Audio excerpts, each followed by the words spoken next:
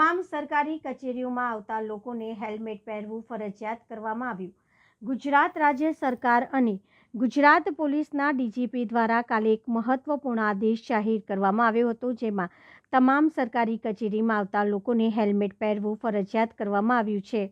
આદેશના અમલરૂપે આજે વડોદરા શહેરની વિવિધ સરકારી કચેરીમાં ખાસ કરીને પોલીસ ભવન અને નર્મદા ભવન ખાતે કડક કાર્યવાહી હાથ ધરવામાં આવી રહી છે।